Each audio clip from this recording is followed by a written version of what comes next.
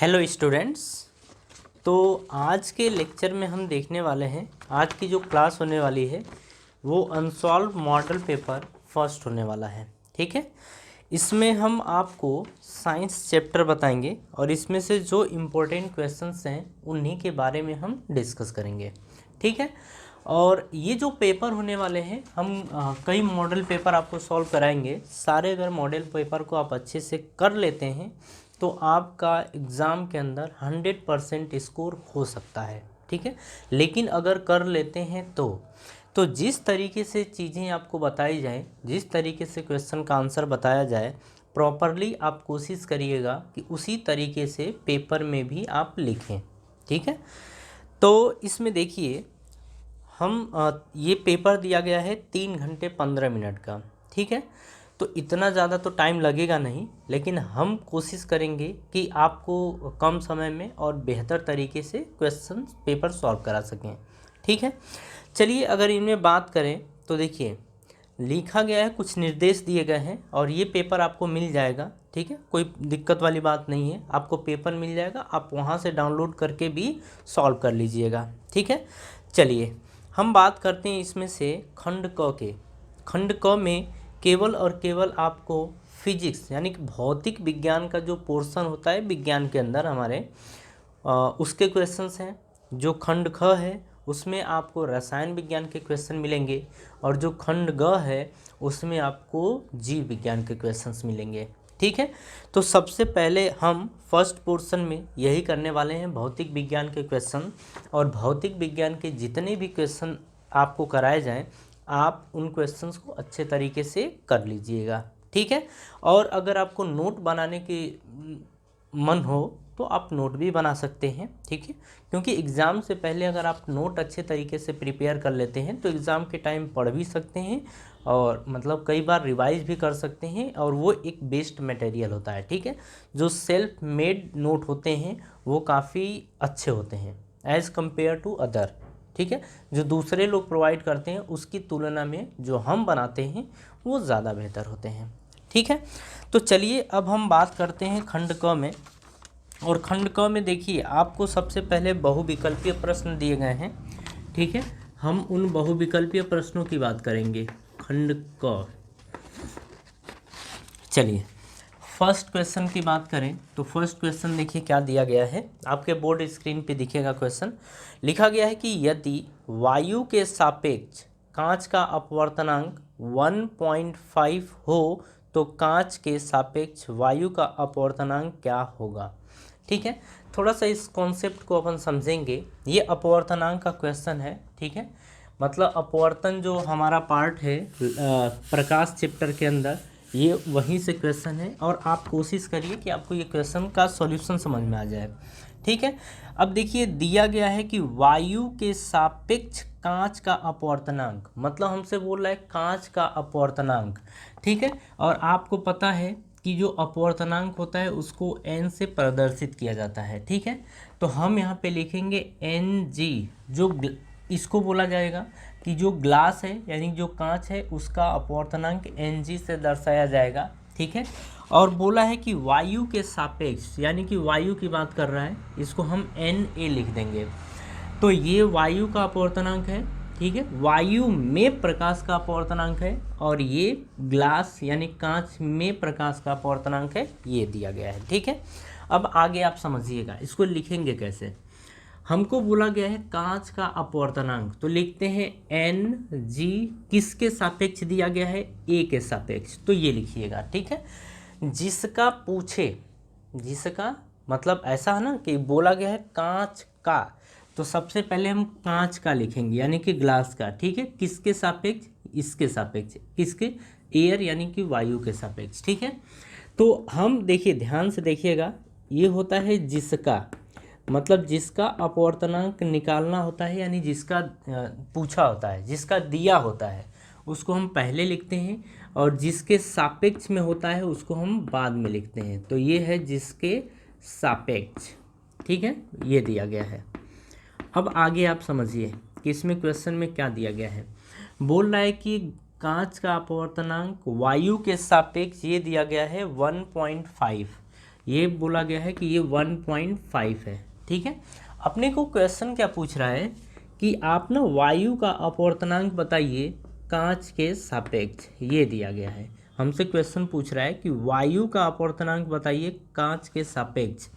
तो बेटा आप एक चीज़ ध्यान रखना कि अगर ऐसे दिया हो और ऐसे पूछे, यानी कि NGA दिया है और NAG पूछे, तो आप एक काम करना कि लिख देना NGA into NAG is equals to 1।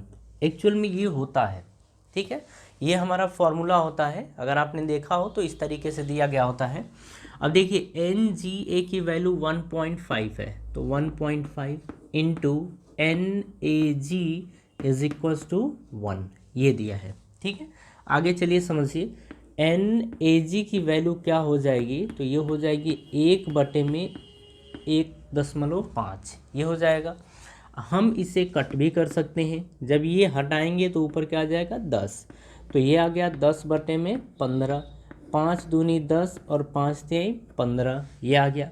तो ये आ गया आपका 2/3, इसे आप लिख सकते हैं 0.6 और 3 आप ये लिख सकते हैं। ठीक है, यानी कि वायु का अपवर्तनांक कांच के सापेक्ष कितना होगा, 2/3 या 0.633 के बराबर होगा। बात समझ में आ रही है। तो ये हमारा फर्स्ट क्वेश्चन था। अब देखिए सारी चीज़ें अगर आपको अगर थोड़ा बहुत ये आइडिया हो तो आप कर सकते हैं, ठीक है, लेकिन अगर नहीं भी हो तो आपको हमने बताया है, आप इसी तरीके से सॉल्व करिएगा। ठीक है, देखिए प्रैक्टिस जब आप 1-2 बार कर लेंगे ना, अगर टफ से टफ क्वेश्चन हो और उसको प्रैक्टिस कर लेंगे तो वो भी क्वेश्चन आपके लिए ईजी हो जाता है। ठीक है, देखिए ज़्यादा क्वेश्चन करने से अच्छा है कि लिमिटेड क्वेश्चन करें लेकिन अच्छे से कर लें। ठीक है, चलिए नेक्स्ट क्वेश्चन की बात करते हैं, यानी सेकेंड क्वेश्चन। और सेकेंड क्वेश्चन क्या दिया गया आपने को, बोल रहा है कि सूर्योदय के समय सूर्य के रक्ताभ यानी लाल प्रतीत होने का कारण है। तो देखिए सूर्य के लाल होने का जो कारण होता है ना, वो प्रकीर्णन होता है। ठीक है, मतलब प्रकीर्णन के कारण ही सूर्य उगते समय और डूबते समय लाल प्रतीत होता है। बात समझ में आ रही है। तो इसका मतलब इसमें से जो बी ऑप्शन है, बी ऑप्शन हमारा करेक्ट है। ठीक है, तो सेकेंड क्वेश्चन भी हो गया, सेकेंड का हमारा बी ऑप्शन करेक्ट है। चलिए अब तो हम थर्ड की बात कर लेते हैं कि थर्ड क्या होगा। और इसमें से पहला वाला जो हमारा क्वेश्चन था उसमें पहले वाले में 0.67 दिया है, यही आंसर होगा। ठीक है, चलिए थर्ड क्वेश्चन की हम बात करें कि थर्ड क्वेश्चन क्या दिया गया है। थर्ड नहीं, इसमें ग है, फर्स्ट में ग, तो ये ग है। ठीक है, दिया क्या क्या है कि अनंत दूरी से किसी बिंदु तक 1 कूलाम आवेश को लाने में 10 जूल का कार्य होता है। बिंदु पर विभव का मान होगा, कितना होगा ये हमसे पूछा है।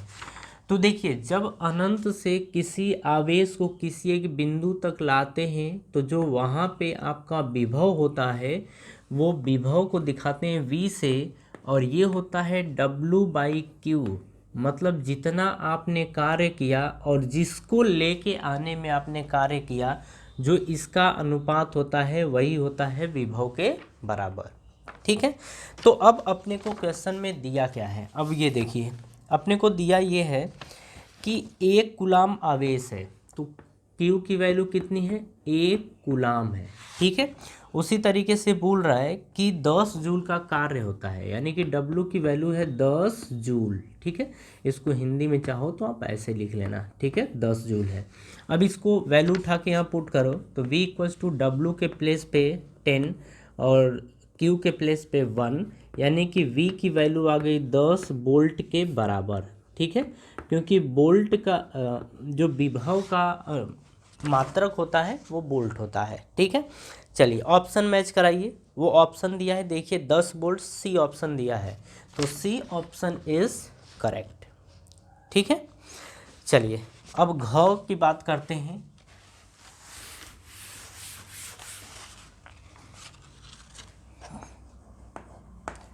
घ। अब इसमें देखिए क्या दिया गया है, बोल रहा है कि विभक्त वलय का उपयोग किया जाता है। तो देखिए अगर हम बात करें कि विभक्त वलय का उपयोग किसमें किया जाता है, तो एक तो एसी मोटर में किया जाता है और एक डीसी जनरेटर यानी डीसी जनित्र में किया जाता है। ध्यान से देखिए सुनिए, विभक्त वलय का उपयोग जो होता है, अगर हम बात करें कि जो विभक्त वलय है, विभक्त वलय का उपयोग किया जाता है वैद्युत मोटर में। वैद्युत मोटर, जो आपका एसी मोटर लिखा है हम उसी की बात कर रहे हैं, ठीक है, ये है आपका एसी मोटर। दूसरा ये जो इसका उपयोग होता है वो होता है डिस्ट यानी कि डीसी जनित्र में। ये लिखा है डीसी जनित्र। डीसी जनित्र का मतलब होता है डीसी जनरेटर।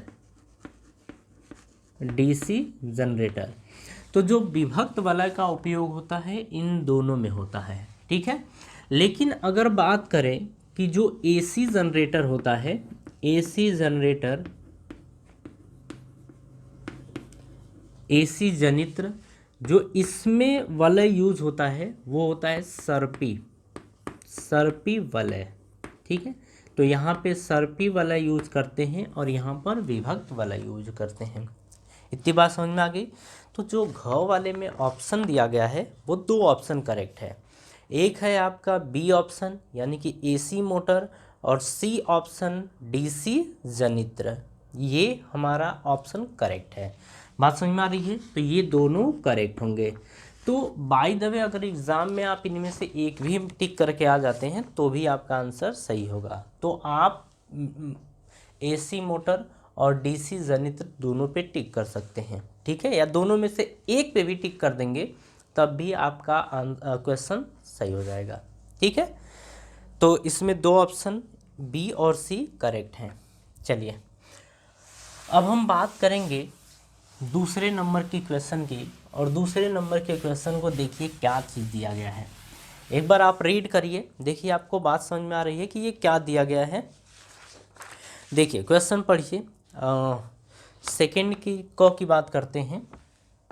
सेकंड का जो क है हम उसकी बात करते हैं। एक देखिए हमको दिया गया है, बोल रहा है कि विद्युत आपूर्ति में लघु पथन और अति भारण से क्या तात्पर्य है, स्पष्ट करिए, ठीक है। हमसे बोल रहा है लघु पथन, तो एक होता है लघु पथन, ठीक है, और एक होता है अति भारण। अति भारण, ये तो लघु पथन को बोलते हैं शॉर्ट सर्किट, इसको बोला जाता है शॉर्ट सर्किट, और इसको बोला जाता है ओवरलोडिंग। ओवरलोडिंग ये बोला जाता है। अब तो आपको समझ में आ गया होगा कि शॉर्ट सर्किट और ओवरलोडिंग क्या है। देखिए हिंदी वर्ड जो है ये थोड़ा टफ टाइप का है ना। जैसे अपन नॉर्मली बोलते हैं कि घर में शॉर्ट सर्किट हो गई, ठीक है, ऐसा ही बोलते हैं ना। या फिर बोलते हैं कि घर में जो मतलब कि ओवरलोड हो गया। ओवरलोड का मतलब है कि जितनी क्षमता है उससे ज़्यादा आप एनर्जी ले रहे हैं, ऊर्जा उससे ज़्यादा ले रहे हैं। जैसे धारा आती है, हमारे घर में वोल्टेज आता है 220 वोल्ट आता है, लेकिन आप 220 वोल्ट से ज़्यादा यूज़ कर रहे हैं, तो वहाँ पे हम बोलते हैं ओवरलोडिंग। लेकिन इस केस को हम समझते हैं कि इसका और भी कहाँ पे इस चीज़ को और कहाँ देखते हैं, लेकिन उसके पहले हम शॉर्ट सर्किट को देख लें। शॉर्ट सर्किट यानी कि लघु पथन की बात करें तो देखिए घरों के आपने देखा होगा, जैसे आप कोई भी इलेक्ट्रॉनिक गैजेट यूज़ करते हैं तो उसमें दो वायर होते हैं, मिनिमम कम से कम दो वायर होते हैं, तीन भी होते हैं, ठीक है, एक न्यूट्रल होता है उसमें, लेकिन इसमें मेनली रूप से दो होते हैं। अब दो क्यों होता है अब उसकी बात करते हैं। तो दो क्यों होता है इसकी बात नहीं, जो दो होते हैं उनमें लघु पथन कैसे देखने को मिलता है कि मान लीजिए घर में करंट तेज़ी से आया, घर में करंट तेज़ी से आया और क्या हुआ कि दोनों के दोनों तार पिघल गए, ठीक है, बाय द वे किसी भी कारण से ओवरलोडिंग की वजह से ही पिघल गए। पिघलने के बाद दोनों चिपक गए, ठीक है। जब दोनों चिपक जाते हैं तो वो इतना ज़्यादा हीट हो जाता है कि घर के इलेक्ट्रॉनिक गैजेट फूंकने का डर होता है, ठीक है। तो हम यहाँ पे क्या बोल रहे हैं कि जब दो वायर चिपक जाते हैं, ठीक है, जब चिपक जाते हैं तो इसे ही अपन बोलते हैं शॉर्ट सर्किट। दो वायर जब चिपक जाते हैं तो इसे बोलते हैं शॉर्ट सर्किट। और आपने देखा होगा कि दो वायर जब चिपकता है तो उसके बाद क्या होता है, ठीक है। घरों के जो गैजेट होते हैं, घरों के जो सामान होते हैं, इलेक्ट्रॉनिक सामान होते हैं, उनके जलने के चांसेस ज़्यादा हो जाते हैं। बल्ब बहुत सारे फ्यूज़ हो जाते हैं, आपने ये देखा होगा, ठीक है। तो ये सभी के सभी शॉर्ट सर्किट में आते हैं। ओवरलोडिंग की बात करें तो जैसे आप इसकी बात करें सॉकेट की, ठीक है, तो आप एक ही सॉकेट यानी कि एक ही बोर्ड से बहुत सारे इलेक्ट्रॉनिक गैजेट यूज़ करें तो वहाँ पे आप देखते हैं कि वो सॉकेट जो है वो फूंक जाता है। और फूंक जाता है, फूंकने का कारण क्या है, ओवरलोडिंग है। बात समझ में आ रही है। तो आप अपने स्क्रीन पे देखिए कि आपको सबसे पहले दिखेगा कि लघु पतन क्या है, उसको आप अच्छे से रीड कर लीजिएगा। फिर आप देखिएगा अति भारण यानी ओवरलोडिंग क्या है उसे भी, ठीक है। तो जब पेपर में आए तो आप इसे इसी तरीके से लिखिएगा, लेकिन आपके नॉलेज के लिए ये बात थी कि लघु पतन और अति भारण यानी कि शॉर्ट सर्किट और ओवरलोडिंग क्या है, ठीक है। चलिए अब हम रीड करते हैं, आप बोर्ड स्क्रीन पे देखिए अपने को बोल रहा है कि लघु पतन यानी शॉर्ट सर्किट जब किसी कारण से फेज व न्यूट्रल आपस में सीधे ही जुड़ जाएं तो इसे परिपथ का लघु पतन कहते हैं। लघु पतन होने पर परिपथ में अत्यधिक विद्युत धारा प्रवाहित होती है जिससे घर के उपकरण गर्म होकर आग पकड़ सकते हैं और जल सकते हैं, ठीक है। ये सब होता है लघु पतन, ठीक है। अब लघु पतन के कारण देखिए, तो देखिए जब परिपथ में वैद्युत धारा का मान सुरक्षा सीमा से अधिक होता है, किसका, वैद्युत धारा का, तो गर्म हो जाते हैं जिससे उन पर चढ़ा प्लास्टिक का आवरण पिघल जाता है तथा फेज व न्यूट्रल आपस में सीधे ही जुड़ जाते हैं और लघु पतन हो जाता है, ठीक है। लघु पतन हो जाता है। चलिए ये तो हो गया। अब लघु पतन से हानि, अब लघु पतन से हानि क्या होती है उसे भी अपन देख लें। तो देखिए लघु पतन होने पर परिपथ में अत्यधिक विद्युत धारा बहती है जिससे घर के उपकरण गर्म होकर आग से जल सकते हैं तथा घर में अग्नि दुर्घटना हो सकती है। देखा आपने, ये सब होते हैं लघु पतन से हानियाँ, ठीक है। अब देखिए अतः दुर्घटना से बचने के लिए या वैद्युत उपकरण को नष्ट होने से बचाने के लिए हमें फ्यूज़ का प्रयोग करना चाहिए या हम फ्यूज़ का प्रयोग करते हैं, ठीक है।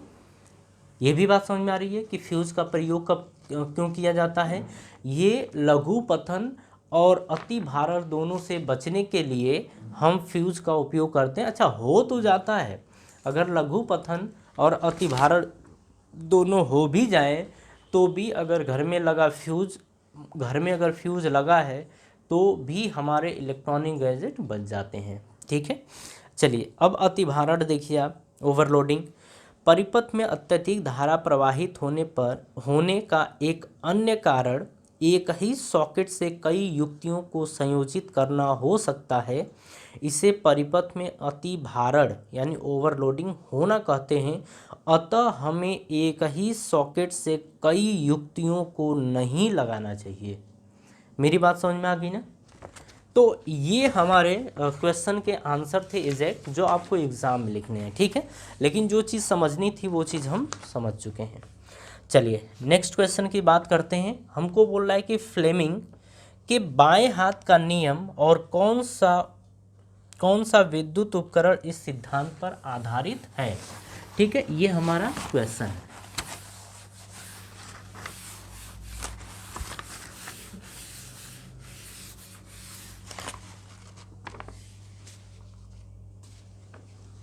चलिए अब हम बात करते हैं फ्लेमिंग के बाएं हाथ के नियम का, ठीक है। चलिए ये हमारा सेकंड का ख है। हम बात कर रहे हैं फ्लेमिंग के बाएं हाथ का नियम। हम आपको दाएं हाथ का नियम भी इसी में बताएंगे। बाएं हाथ का नियम, फ्लेमिंग के बाएं हाथ का नियम, ठीक है। इसको हम बोलेंगे फ्लेमिंग लेफ्ट हैंड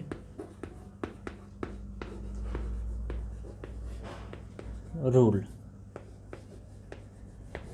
फ्लेमिंग के बाएं हाथ का नियम।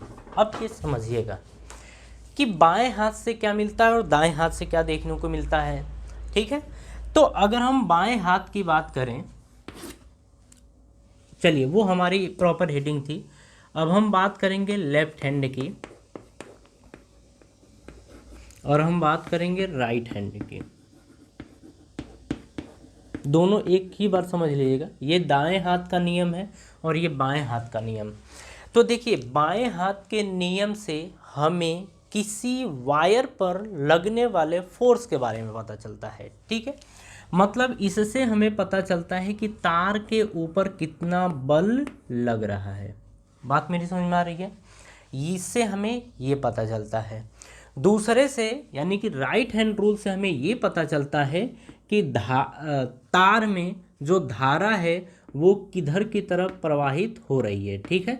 यानी कि इससे हमें धारा की दिशा का पता चलता है, ठीक है। और इससे हमें पता चलता है बल की दिशा, कि बल किस दिशा में लग रहा है। मेरी बात समझ में आ रही है? ये दोनों चीज़ें हमें पता चलती हैं। अब इस चीज़ को समझते हैं।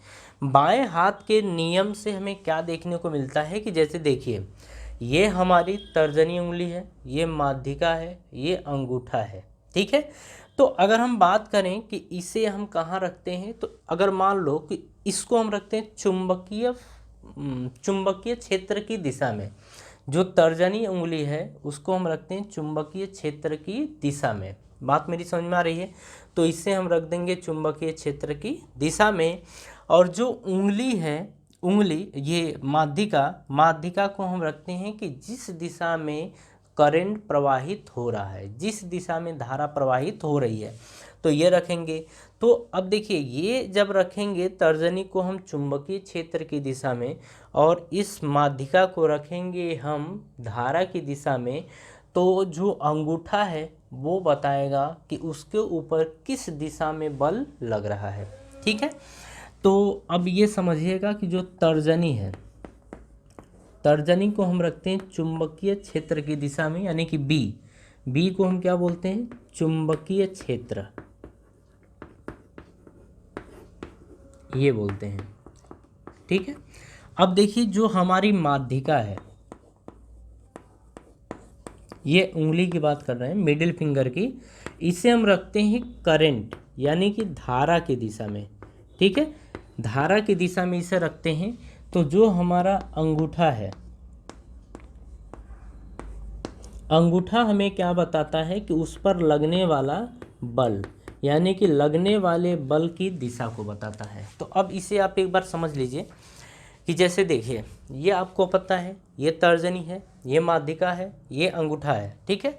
अगर मान लीजिए कि कोई तार हो और वो तार कुछ इस तरीके से हो, ऐसे एक तार हो और जो चुंबकीय क्षेत्र की दिशा है, मतलब चुंबकीय क्षेत्र की दिशा ये है क्रॉस।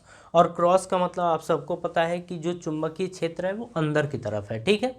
तो अगर मान लीजिए ऐसे रखते चुंबकीय क्षेत्र की दिशा में, इसको हमें रखना है तो हम ऐसे रखें, ऐसे या ऐसे कहीं पे भी रख दीजिए, ऐसे रखें। ये धारा, मान लीजिए धारा इस दिशा में प्रवाहित हो रही है, तो जो इस तार के ऊपर बल लगेगा वो ऊपर की तरफ लगेगा। देखिए अंगूठा कहाँ है? ऊपर की तरफ। तो यानी कि इसके ऊपर जो बल लगेगा वो ऊपर की तरफ लगेगा। मेरी बात समझ में आ रही है? एक चीज़ तो आपका ये हो गया, ठीक है। तो आप इसे ध्यान रखिएगा कि ये चीज़ है। और हम फोटो यहाँ बना देते हैं आपका। ये है क्रॉस, और क्रॉस का मतलब होता है कि ये अंदर की तरफ है, जो प्लेन है प्लेन के अंदर की तरफ है। अब देखिए इसमें धारा जो है वो इस दिशा में प्रवाहित हो रही है, ठीक है। जो आपका चुंबकीय क्षेत्र है वो अंदर की तरफ है, तो जो इसके ऊपर बल लगेगा वो ऊपर की तरफ लगेगा, तो बल की दिशा ये होगी। बात समझ में आ गई। चलिए अब इसको समझते हैं। ये हमारा कुछ इस तरीके से है, ठीक है। अब समझिएगा कि इसमें क्या हो रहा है। जैसे हम बात करने जा रहे हैं इसमें, तो ये हमारी तर्जनी है, तर्जनी को हम रखेंगे चुंबकीय क्षेत्र की दिशा में। तर्जनी को किस में रखेंगे? चुंबकीय क्षेत्र की दिशा में। अब जो अंगूठा है वो हमें बताएगा कि जो आपका तार है वो किधर की तरफ चल रहा है, किधर की तरफ चल रहा है, ऊपर चल रहा है कि नीचे चल रहा है, ये बताएगा हमारा अंगूठा। और जो हमारी माध्यिका है, माध्यिका ये बताएगी कि जो धारा है वो किस दिशा में प्रवाहित हो रही है, ठीक है। तो हम बात कर लें कि जो हमारी तर्जनी है उसको हम रखेंगे चुंबकीय क्षेत्र की दिशा में, ठीक है। जो हमारा अंगूठा है, जो हमारा अंगूठा है, अंगूठा क्या बताएगा, या अंगूठा को किस के दिशा में रखेंगे? जिधर की तरफ मूव कर रहा है, ठीक है। यानी कि जो रॉड है, चालक तार है, चालक तार के गति की दिशा, यानी कि ये बताएगा चालक तार के गति की दिशा, यानी कि किस दिशा में आपका चालक तार मूव कर रहा है, मतलब कि मूव करने का मतलब गति कर रहा है, ये उस दिशा में अंगूठा रख देंगे।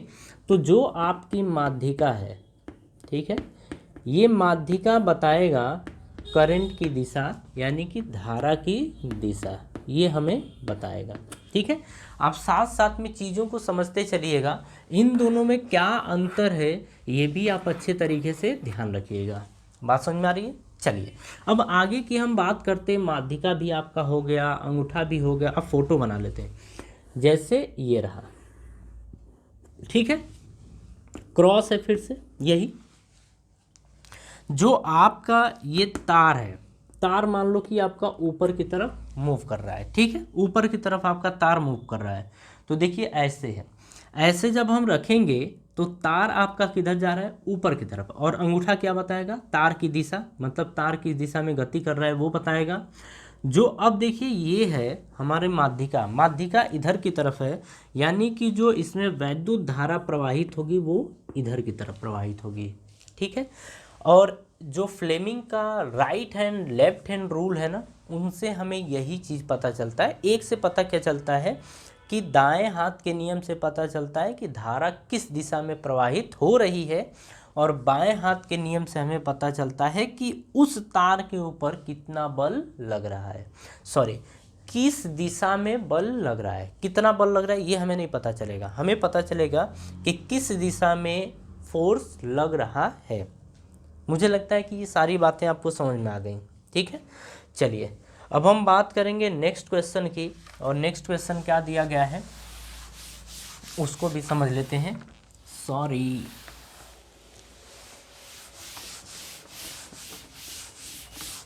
देखिए आप क्या करिए कि साथ साथ में ना नोट बनाते चलिए, नोट बनाते चलेंगे ना तो एकदम मज़ा आ जाएगा। क्योंकि जो भी क्वेश्चन आएगा आप ये मानिए कि पूरे विज्ञान में जितने मॉडल पेपर हम सॉल्व करा, मतलब कि लगभग आपके 10 मॉडल पेपर हम सॉल्व कराएंगे, और 10 मॉडल पेपर अगर आपने सॉल्व कर लिया तो आप ये मानिए एक क्वेश्चन आप छोड़ के नहीं आएंगे, ये गारंटी है, ठीक है। क्योंकि कहीं से भी क्वेश्चन आएगा आपसे हो जाएगा, पूरी दुनिया से हो या ना हो। नेक्स्ट क्वेश्चन यानी कि ग, तो सेकेंड का ग। अब इसमें हम बात करते हैं, तो देखिए क्या लिखा गया है यहाँ पे। बोल रहा है कि 2 ओम, 3 ओम तथा 6 ओम के 3 प्रतिरोधकों को किस प्रकार संयोजित करेंगे कि संयोजन का कुल प्रतिरोध 4 ओम तथा 1 ओम हो। तो देखिए हम ऐसा मान लेते हैं कि R1 दिया गया है, यहाँ पे आपका 2 ओम, ये आपको पता है प्रतिरोध प्रदर्शित करता है। R2 आपका दिया गया है, ये आपका दिया गया है 3 ओम, और R3 आपका दिया गया है 6 ओम। ये बात समझ में आ रही है।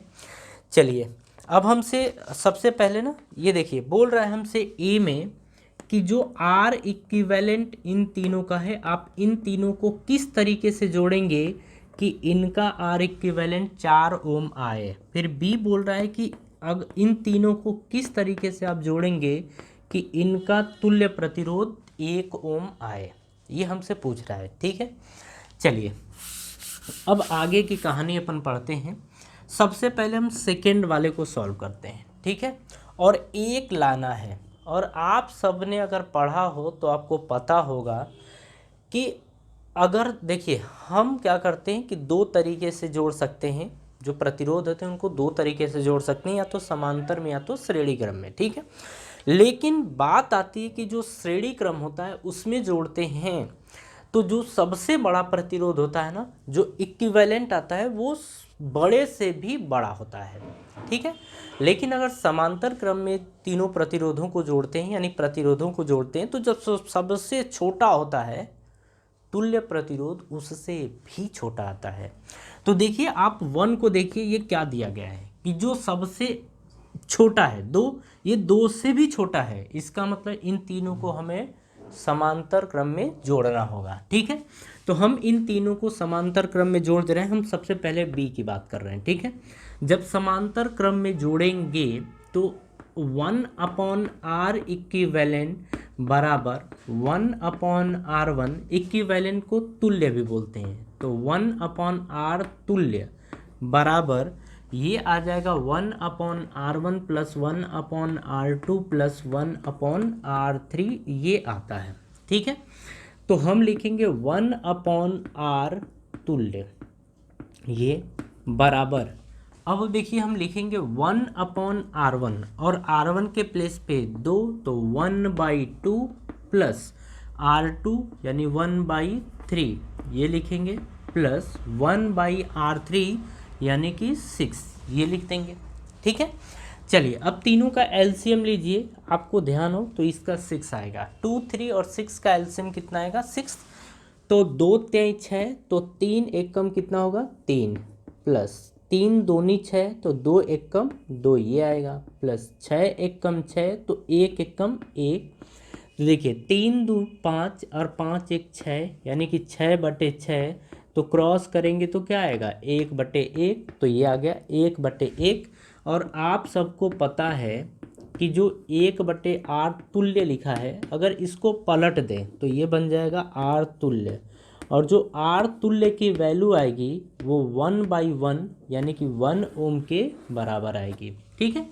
जब इसको अपन पलटते हैं तो ये भी पलट जाता है, तो ये पलटेगा भी तो 1/1 ही तो रहेगा, और 1/1 की वैल्यू कितनी होती है? 1 के बराबर, ठीक है। और r तुल्य की वैल्यू कितनी आ गई? 1 ओम के बराबर। इतनी बात समझ में आ गई। चलिए अब ए नंबर का क्वेश्चन करते हैं, और ए में देखते हैं अपन वेरिएशन। मतलब सबसे पहले हम ए नंबर के क्वेश्चन को करेंगे तो देखिए ना, ये बड़े से बड़ा दिया गया है। अगर बड़े से बड़ा होता, मतलब 6 से अगर बड़ा होता, तो एक बार सोचते कि इनको सीरीज में यानी कि श्रेणी क्रम में जोड़ ले,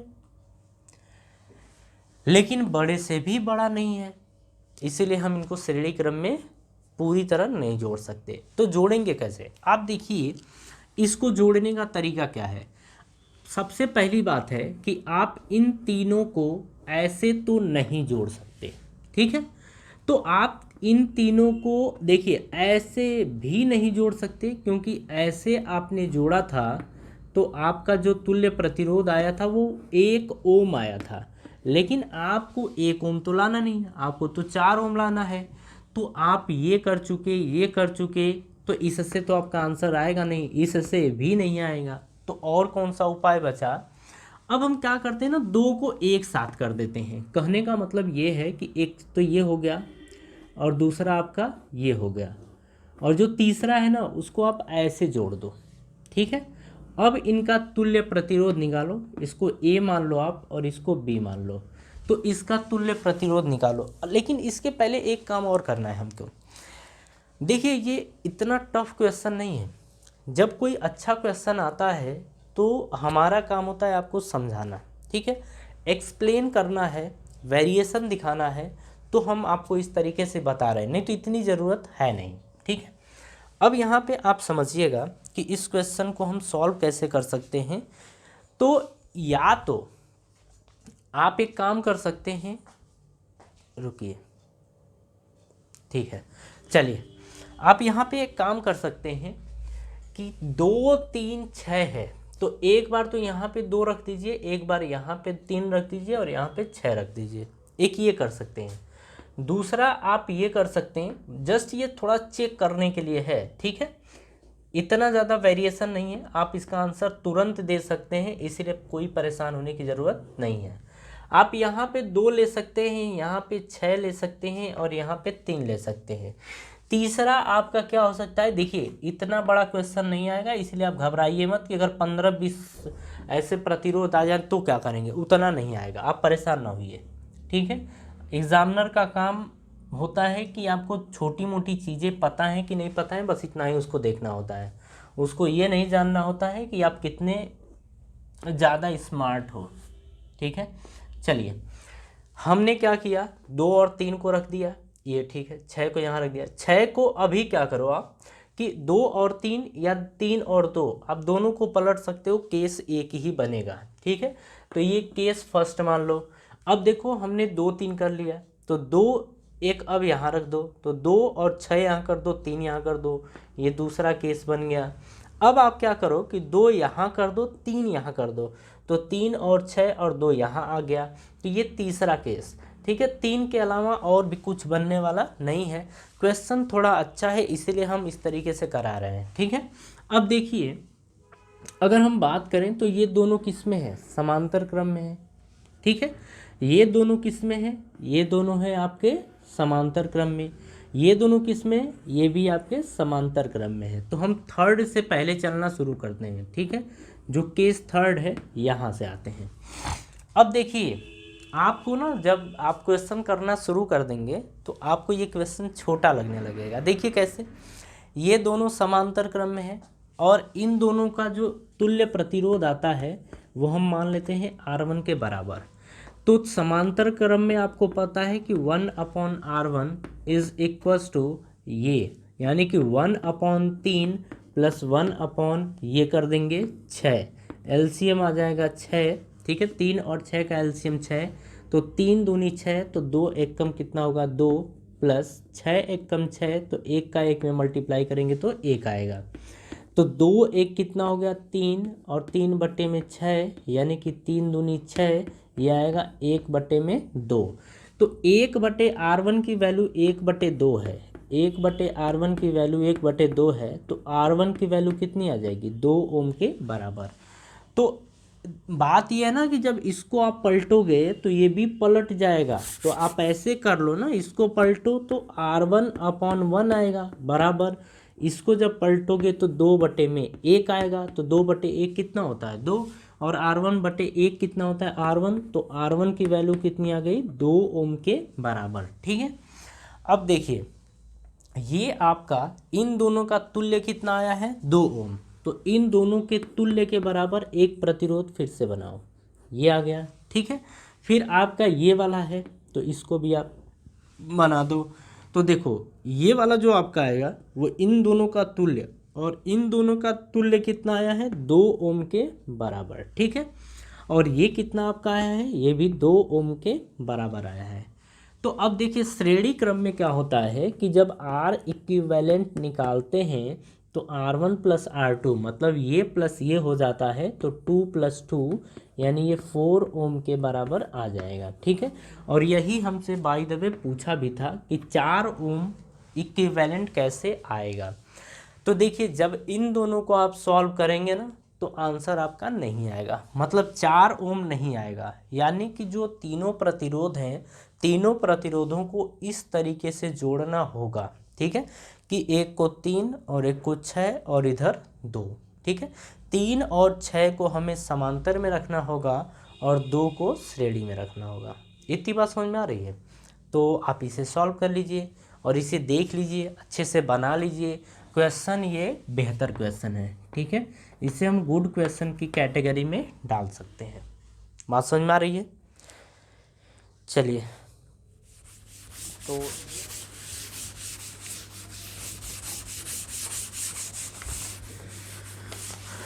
चलिए नेक्स्ट क्वेश्चन हम देखते हैं, और ये 3rd नंबर में का है, 3rd क्वेश्चन का को पार्ट, ठीक है। अब इसमें देखिए, बोल रहा है कि कोई उत्तल लेंस किसी सुई का वास्तविक तथा उल्टा प्रतिबिंब उस लेंस से 50 सेंटीमीटर दूर बनाता है। ठीक है, बोल रहा है कि वास्तविक है और उल्टा प्रतिबिंब बन रहा है। ठीक है, उस लेंस से 50 सेंटीमीटर दूर बनाता है। यह सुई उत्तल लेंस के सामने कहाँ रखी जाए, यदि कहाँ रखी है, यदि इसका प्रतिबिंब उसी साइज का बन रहा है जिस साइज का प्रतिबिंब है। ठीक है, जिस साइज का बिंब है यानी वस्तु है। लेंस की क्षमता भी ज्ञात करिए। ठीक है, बोल रहा है कि जैसे एक तो हमसे बोला है कि उत्तल लेंस है। ठीक है, अब उत्तल लेंस आप सबको पता है कि यही होता है। ठीक है, ये उत्तल लेंस होता है, ये इसका मुख्य अक्ष ये होता है। ठीक है, अब बात आप ध्यान से देखिए, बोल रहा है कि लेंस से, अब एक बात तो आपको कंफर्म करती है कि इसका जो प्रतिबिंब है वो किस साइड बनेगा। आप ये लाइन पढ़िए, देखिए बोल रहा है वास्तविक तथा उल्टा। आप सबको पता होना चाहिए कि अगर उत्तल लेंस से प्रतिबिंब बनता है, वास्तविक व उल्टा बनता है, तो हमेशा इस साइड बनेगा। ठीक है, वास्तविक और उल्टा ये बना है। ठीक है, ये प्रतिबिंब बना है। अब आगे बात समझिए, ये बोल रहा है कि उसी साइज का बनता है। ध्यान से देखिए, बोल रहा है कि जिस साइज का वस्तु था, जिस साइज की वस्तु थी, उसी साइज का प्रतिबिंब भी बनता है। तो केवल एक ही केस होता है कि अगर वक्रता केंद्र के ऊपर वस्तु रखी है तो प्रतिबिंब भी वक्रता केंद्र पर ही बनता है। ठीक है, यानी कि जो हमारा वस्तु था ये वक्रता केंद्र पर ये बना था। ठीक है, यानी कि ये हमारा C था, इसको हम C1 मान लें, तो हमारा जो प्रतिबिंब बनेगा वो C2 पर ही बनेगा। इतनी बात समझ में आ गई। बोल रहा है कि यहाँ से जो ये है प्रतिबिंब वो 50 सेंटीमीटर की दूरी पर बन रहा है, यही बोल रहा है ना। यहाँ पे हमसे बोल रहा है कि उल्टा प्रतिबिंब, बोल रहा है कि वास्तविक तथा उल्टा प्रतिबिंब उस लेंस से 50 सेंटीमीटर दूर बनता है। तो बोल रहा है कि वस्तु कहाँ रखी है। आपका आंसर पहले ही आ गया कि वस्तु जो है वो लेंस से 50 सेंटीमीटर की दूरी पर रखी है।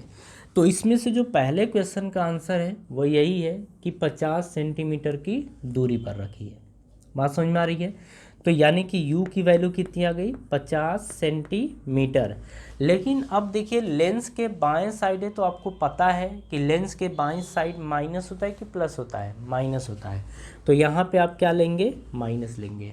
ठीक है, और माइनस लेने से ही पता चल रहा है कि ये इधर बन रहा है, मतलब इधर वस्तु रखा गया है। अब आगे आप सुनिए इसमें और क्या बोल रहा है। अच्छा, यहाँ से हम एफ वी निकाल सकते हैं। v की बात की जाए तो v कितना है, 50 सेंटीमीटर, तो ये 50 सेंटीमीटर है।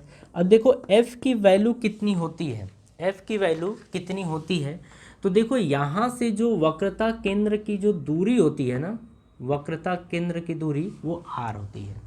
वक्रता केंद्र की दूरी कितनी होती है, r होती है। ठीक है, अगर ये r है तो f क्या होता है, r/2 ये होता है। f क्या होता है, r/2। तो यानी कि जो हमारा आएगा, ये आएगा वो कितना आएगा, तो देखिए r के प्लेस पे आप क्या रख देंगे, तो ये हमारा r और r के प्लेस पे 50, तो ये 50/2 यानी 25 सेंटीमीटर आ जाएगा। ठीक है, तो f की वैल्यू आ गई 25 सेंटीमीटर। अब देखिए क्वेश्चन में हमसे पूछा क्या, हमसे बोला क्या है, हमसे ये बोल रहा है कि जिस साइज का प्रतिबिंब बन रहा है वो ठीक है, लेंस की क्षमता ज्ञात करिए कि लेंस की क्षमता क्या होगी। तो देखिए लेंस की क्षमता निकालनी है तो P = 1/f होता है, = 1/f। लेकिन जो f होता है वो मीटर में होना चाहिए। आपको ध्यान होना चाहिए कि f की वैल्यू किस में होनी चाहिए, मीटर में। तो f की वैल्यू अगर सेंटीमीटर है, जब मीटर में कन्वर्ट करते हैं तो 100 से भाग देते हैं, तो इसकी वैल्यू आ जाएगी 0.25 मीटर के बराबर। तो इतना मीटर आ गया, f के प्लेस पर रख दीजिए 0.25 मीटर। ठीक है, अब देखिए इसको जब कट करेंगे तो जब ये पॉइंट हटाएंगे तो ऊपर 2 जीरो, यानी कि 100 से ऊपर नीचे गुणा कर दीजिए आप। तो 100 से ऊपर नीचे गुणा कर दीजिए, या दशमलव हटाते हैं तो आप सबको पता है कि 2 जीरो ऊपर आ जाएगा, बटे में 25, तो 25 चौक को 100, तो तो ये कितना आएगा 4, ठीक है। और ये क्या होता है डायोप्टर, क्या होता है डायोप्टर। पावर की यूनिट क्या होती है, मतलब अगर लेंस है उसकी पावर है, पावर को हम मेज़र करते हैं डायोप्टर में, तो वो 4 डायोप्टर आ गया है। बात मेरी समझ में आ रही है, तो ये इसका आंसर हो जाएगा। चलिए नेक्स्ट क्वेश्चन की बात करते हैं, यानी ख की।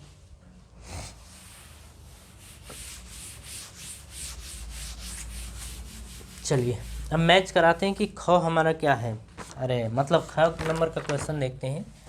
तो ख, अब देखिए क्वेश्चन क्या दिया गया है, पढ़िए।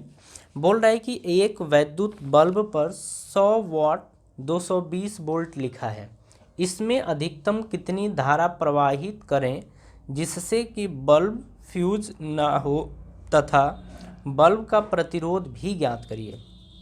ठीक है, बल्ब का प्रतिरोध ज्ञात करना है और धारा ज्ञात करनी है।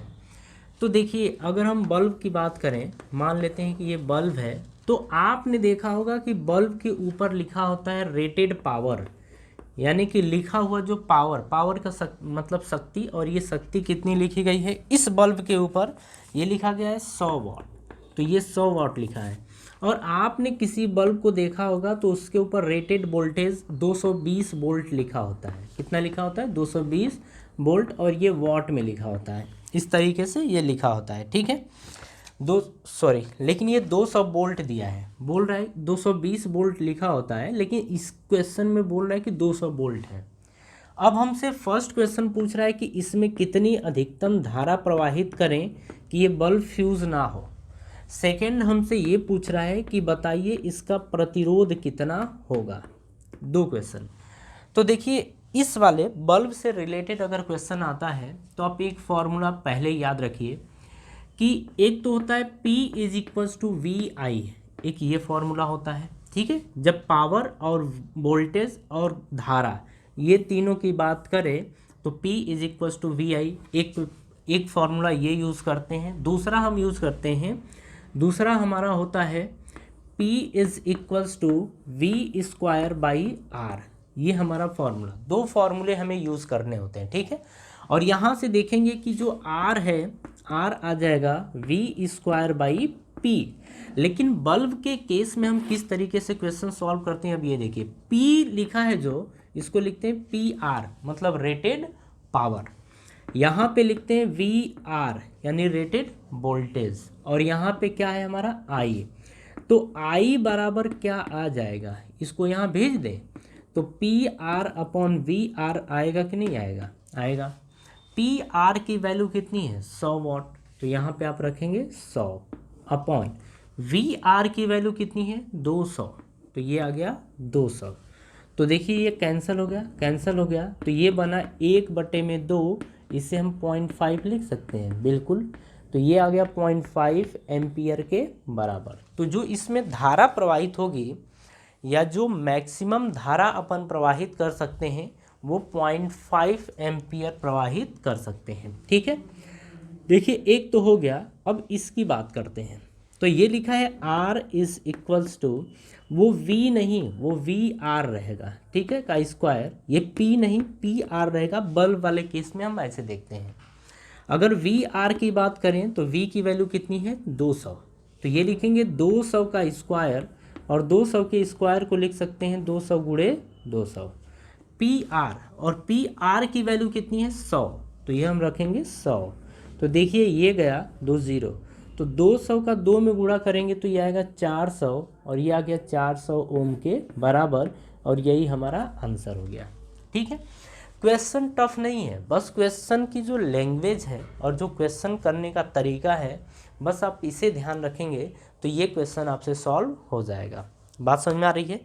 चलिए अब नेक्स्ट क्वेश्चन की तरफ अपन मूव करते हैं, और नेक्स्ट क्वेश्चन ख में अथवा करके दिया है, ठीक है, ख में ही अथवा करके दिया है, हम उसे देखते हैं।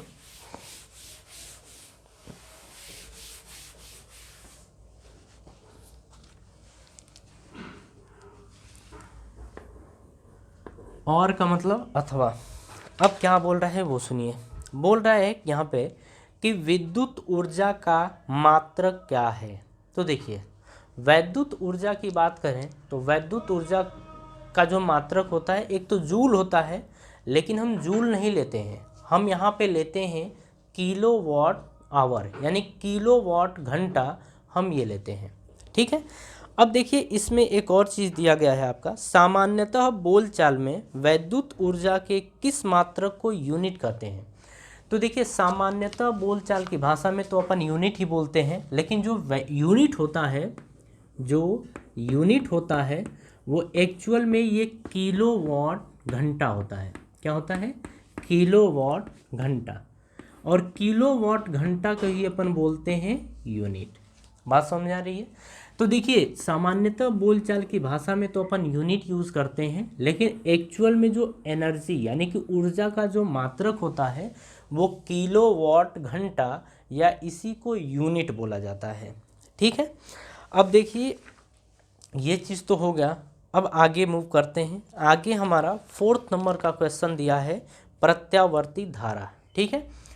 चलिए प्रत्यावर्ती यानी 4th नंबर का क्वेश्चन हम कुछ समय बात करेंगे, लेकिन क्वेश्चन नंबर 4 में ही अथवा करके दिया है, अथवा वाले को हम अभी करते हैं। ठीक है। और ये जो 4th नंबर का लास्ट है ना, इसे अपन आराम से करेंगे बाद में, मतलब सबसे लास्ट में, क्योंकि थोड़ा सा ये आपका मैक्सिमम मार्क्स का है ना, 7 मार्क्स का है, तो ये थोड़ा लेंदी है और उसे हम उसी टाइम समझेंगे। ठीक है। 4th है और 4th में आपका अथवा करके है, और अथवा में अब ध्यान दीजिए, अथवा में को देखिए क्या दिया गया है। बोल रहा है कि वैद्युत लैंपों के तंतुओं के निर्माण में प्रायः एकमात्र टंगस्टन का ही उपयोग क्यों किया जाता है। तो हमसे ये बोल रहा है कि जो वैद्युत लैंप वगैरह होते हैं, जो बल्ब होते हैं, उनमें टंगस्टन का ही यूज़ क्यों किया जाता है। तो देखिए जो वैद्युत लैंप या वैद्युत बल्ब होते हैं जो टंगस्टन का यूज़ करते हैं ना, तो ये क्या होता है कि जो टंगस्टन की कुछ प्रॉपर्टी होती है कि इसकी प्रतिरोधकता ज़्यादा होती है एज़ कम्पेयर टू अदर। लेकिन इसमें एक और चीज़ होता है कि जैसे ही आप आवेश प्रवाहित करते हैं, यानी धारा प्रवाहित करते हैं, तो ये क्या करता है ना कि आवेश के कारण, मतलब आवेश के प्रवाह के कारण ये गर्म हो जाता है। ठीक है। लेकिन गर्म तो हो जाता है, लेकिन इतना गर्म नहीं होता है कि वो लाल हो जाए। ठीक है। तो ये क्या करता है, गर्म होके प्रकाश उत्सर्जित करता है। ठीक है। यानी कि प्रकाश प्रोवाइड करता है, प्रकाश देता है। मेरी बात समझ में आ रही है? तो ये टंगस्टन के अंदर ही ये गुण पाया जाता है। बाकी मटेरियल जो होते हैं उनके अंदर ये गुण नहीं पाया जाता है इतनी अधिक मात्रा में। दूसरी बात ये है कि जो टंगस्टन है ना, टंगस्टन का गलनांक बहुत ज़्यादा है। ठीक है। मतलब ये प्रकाश उत्सर्जित करता है, लेकिन गलनांक की बात करें तो गलनांक इसका as compare to other material ज़्यादा होता है। ठीक है। दूसरे मटेरियल के तुलना में इसका गलनांक ज़्यादा होता है और 3400 सेल्सियस के बराबर होता है। ठीक है। इतना ज़्यादा इसका टेम्परेचर होता है कि अगर इससे ज़्यादा प्रोवाइड कर देते हैं, 3400 सेल्सियस या सेंटीग्रेड से ज़्यादा प्रोवाइड करते हैं, तभी जाके ये गलता है, अदरवाइज गलता नहीं है। ठीक है। तो ये होता है। कुछ प्रॉपर्टीज़ और हैं, आप उन्हें देखिए बोर्ड स्क्रीन पे। तो हम बात कर रहे हैं कि वैद्युत लैंपों के तंतुओं के निर्माण में प्रायः एकमात्र टंगस्टन का ही उपयोग इसलिए किया जाता है क्योंकि टंगस्टन की प्रतिरोधकता उच्च है, इसीलिए यह वैद्युत आवेश के कारण बिना अधिक गर्म हुए प्रकाश उत्पन्न कर सकता है, अतः इनका उपयोग बल्बों में होता है। ठीक है। दूसरी बात है, सेकेंड पॉइंट देखिए, लिखा गया है कि इसका गलनांक 3400 डिग्री सेल्सियस है, इसी कारण वैद्युत धारा प्रवाहित करने से यह पिघलता नहीं है। ठीक है। ये थी आपके टंगस्टन की बात। ठीक है। नेक्स्ट क्वेश्चन की बात करते हैं। तो अब देखिए इसमें ए दे दिया था यार, इसमें ए दिया है। अब हम बी की बात करते हैं। बी हमको क्या बोल रहा है कि वैद्युत तापन युक्तियों जैसे ब्रेड टोस्टर तथा वैद्युत इस्त्री के चालक शुद्ध धातुओं के स्थान पर मिश्र धातुओं के क्यों बनाए जाते हैं। तो चलिए ये भी देख लीजिए कि जो टोस्टर होता है या इस्त्री वगैरह होती हैं, इनमें जैसे हम देखते हैं कि शुद्ध धातुओं के स्थान पर मिश्र धातुओं का यूज इसलिए किया जाता है क्योंकि इनकी प्रतिरोधकता ज़्यादा होती है, ठीक है, और ये ऐसे बनाए जाते हैं कि ये ऊष्मा प्रदान कर सके। बात मेरी समझ में आ रही? प्रकाश कम लेकिन ऊष्मा ज़्यादा उत्सर्जित कर सकें, ठीक है, इसीलिए हम यूज़ करते हैं मिश्र धातुओं का, ठीक है। तो नॉर्मली एक तो ये बात थी, लेकिन आप बोर्ड स्क्रीन पे इसका प्रॉपर आंसर देखिए। बोल रहा है कि वैद्युत टोस्टरों तथा वैद्युत स्त्रियों के तापन अवयव शुद्ध धातु के न बनाकर किसी मिश्र धातु के बनाए जाते हैं। इसके निम्नलिखित कारण हैं। पहला कारण, मिश्र धातुओं में अपने घटक धातुओं की तुलना में उच्च प्रतिरोधकता है। दूसरी बात यह है कि मिश्रित धातु उच्च तापमान पर आसानी से ऑक्सीकरण या जला नहीं करते। मतलब ये जो मिश्र धातु हैं वो ज़्यादा टेम्परेचर प्रोवाइड कर देते हैं, यानी कि ज़्यादा देर तक इनको जलाते हैं तो ये गलते नहीं हैं। मतलब ऐसा नहीं होता कि वो तार जो होता है वो ब्रेक हो जाता है, तार ब्रेक नहीं होता है, इसीलिए वो लगातार जलते रहते हैं, ठीक है। तीसरी बात इसमें है कि इसका गलनांक बहुत ही अधिक होता है। मेरी बात समझ में आ गई? चलिए, तो अब हम बात करेंगे सी नंबर के क्वेश्चन की, कि सी नंबर का क्वेश्चन देखिए क्या दिया गया है। बोल रहा है कि घरेलू वैद्युत परिपथों में श्रेणी संयोजन का उपयोग क्यों नहीं किया जाता है। देखिए, आपको ये ध्यान होना चाहिए कि जो घरों में हमारी बिजली आती है ना, उसका संयोजन श्रेणी क्रम में न होकर समांतर क्रम में किया जाता है। क्यों किया जाता है, अब उस चीज़ को समझिए। जैसे यहाँ पे अभी इसका आंसर हम बता रहे हैं। मान लीजिए कि ये बल्ब आपका लगा है, ठीक है, ये एक बल्ब लगा है और एक ये आपका दूसरा बल्ब लगा है। अब इसे भी समझिए, ये दो बल्ब सपोज कर लिए लगाए गए हैं और दोनों एक ही बैटरी से लगाए गए हैं, ठीक है, या दोनों एक ही वोल्टेज से। यहाँ पे वोल्टेज जो है मान लेते हैं 220 वोल्ट है, ये घरों का है, ठीक है। तो समांतर क्रम में इनको जोड़ने का फ़ायदा क्या है कि 220 वोल्ट इसको मिलेगा और 220 वोल्ट इसको मिलेगा। मतलब दोनों जो इलेक्ट्रॉनिक इंस्ट्रूमेंट या इलेक्ट्रॉनिक गैजेट हैं, इन दोनों को सेम अमाउंट में वोल्टेज मिलेगा।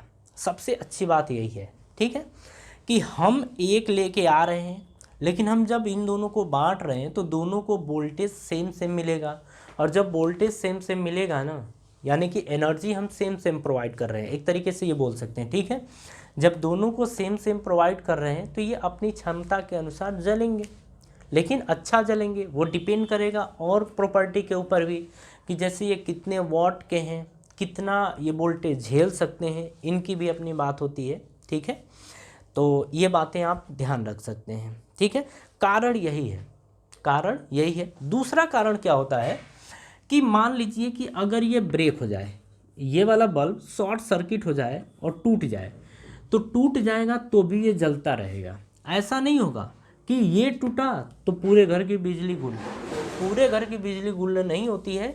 अगर कहीं एक जगह शॉर्ट सर्किट होता है, यानी कि एक कमरे का बल्ब तो बुझ जाता है लेकिन दूसरे कमरे का जलता रहता है। कारण यही होता है कि उनको समांतर क्रम में जोड़ा गया होता है, ठीक है। अगर वहीं हम श्रेणी क्रम में दोनों बल्बों को जोड़ देते, सपोज कर लिए दोनों बल्ब थे और दोनों को हम श्रेणी क्रम में जोड़ दिए, तो पता है क्या होगा, अगर ये शॉर्ट हो गया ना तो ये भी गया, क्योंकि जो वोल्टेज आपका मिल रहा था, तो वो तो एक ही जगह से मिल रहा था ना, कि यहीं से जा रहा था आपका। तो जब ये शॉर्ट हुआ तो यहाँ तक पहुँचेगा ही नहीं, और जब पहुँचेगा नहीं तो पूरे घर की बत्ती गुल। बात समझ में आ रही है? चलिए, इसका भी प्रॉपर आप आंसर देख सकते हैं। क्या लिखा गया है? लिखा गया है कि घरेलू वैद्युत परिपथ में श्रेणी क्रम संयोजन का उपयोग निम्न कारणों से नहीं किया जाता है। श्रेणी क्रम संयोजन वैद्युत पथ का प्रवाह अलग अलग मट जाता है। श्रेणी क्रम संयोजन वैद्युत पथ का प्रवाह अलग अलग मट जाता है और घर के उपकरणों को पूरी वोल्टेज नहीं मिल पाती। दूसरा पॉइंट यह है कि यदि किसी एक उपकरण में कोई खराबी आती है तो सभी उपकरण काम करना बंद कर देते हैं। बात समझ में आ रही है? तो ये हमारा आंसर हुआ। चलिए, अब लास्ट क्वेश्चन हमारे इस पोर्शन का है, यानी कि खंड क के क्वेश्चंस का लास्ट क्वेश्चन है, खंड क में लास्ट क्वेश्चन। अब इसे अपन समझते हैं कि क्या दिया गया है। चलिए देखिए, यहाँ पे ये बोल रहा है कि किसी तार का प्रतिरोध उसकी अनुप्रस्थ काट के क्षेत्रफल में परिवर्तन के साथ किस प्रकार परिवर्तित होती है। बोल रहा है कि क्षेत्रफल और प्रतिरोध में क्या संबंध होता है। तो ये हमारा डी है। अब इसमें देखिए, जो क्षेत्रफल है और प्रतिरोध, तो जो प्रतिरोध होता है आपने देखा होगा कि ये होता है व्युत्क्रमानुपाती क्षेत्रफल के, ठीक है। तो इसका मतलब ये है कि तार का क्षेत्रफल जितना ज़्यादा होगा, क्षेत्रफल ज़्यादा होने का मतलब तार जितना ज़्यादा मोटा होगा उसका प्रतिरोध उतना ही कम होगा, ठीक है, उसका प्रतिरोध उतना ही कम होगा। कहने का मतलब ये है कि तार अगर ज़्यादा मोटा हुआ तो जो इसमें उपस्थित आवेश हैं ये एक स्थान से दूसरे स्थान तक आसानी से मूव कर जाएंगे, आसानी से मूव कर जाएंगे। बात समझ में आ रही है। तो ये है क्षेत्रफल ज़्यादा होने का कारण, मतलब क्षेत्रफल ज़्यादा तो प्रतिरोध कम। तो हम ये बोलते हैं कि जितना मोटा तार होता है उसका प्रतिरोध उतना ही कम होता है, ठीक है। तो आज के लेक्चर में हम कुछ अच्छे क्वेश्चन और सिंपल क्वेश्चन, इतना टफ नहीं था पेपर में, देखिए इससे ज़्यादा टफ तो आ ही नहीं सकता है, ठीक है। ये आप एक तरीके से मान सकते हैं कि एक क्वेश्चन हमारा था इसमें, और वह क्वेश्चन था सेकंड का ग नंबर का क्वेश्चन। ये काफ़ी अच्छा क्वेश्चन था, इसे आप कर सकते हैं, ठीक है। एक दो बार ट्राई कर लीजिएगा, इस तरीके का क्वेश्चन आएगा, आपसे चुटकियों में हो जाएगा। इसी तरीके से बात करें कि थर्ड का जो क और ख था ये 4 मार्क्स के थे और इसीलिए ये अच्छे क्वेश्चन थे, ठीक है। क्वेश्चन अच्छे थे, इनको भी आप अच्छे से ट्राई कर लीजिएगा। और खंड क में फर्स्ट क्वेश्चन का जो क था वो भी एक बेहतर क्वेश्चन है, उसे भी आप ध्यान रखिएगा। कुल मिला के ये पेपर बेहतर पेपर है। इसे अगर आप अच्छे तरीके से कर लेते हैं तो आप एग्ज़ाम में अच्छा स्कोर कर सकते हैं, ठीक है। तो हम आज की सभा यहीं समाप्त करते हैं और नेक्स्ट पेपर में हम फिर आपसे मिलते हैं। और इसका केमिस्ट्री का जो पोर्शन और बायो का पोर्शन है वो आपके दूसरे सर लेके आएंगे और उसे भी आप अच्छे तरीके से देखिएगा, और उसमें भी उसका इसके आगे का ही पोर्शन उसमें रहेगा, ठीक है। तो अब मिलेंगे नेक्स्ट पेपर में, तो थैंक यू। और अगर आपको ये लेक्चर अच्छा लगे तो आप ज़रूर शेयर और सब्सक्राइब तो कर दीजिएगा, ठीक है। लाइक भी कर दीजिएगा और कमेंट अगर आप डालना चाहें, डालना क्या चाहें कमेंट ज़रूर करिएगा कि आपको ये लेक्चर कैसा लगा है, ठीक है। तो थैंक यू।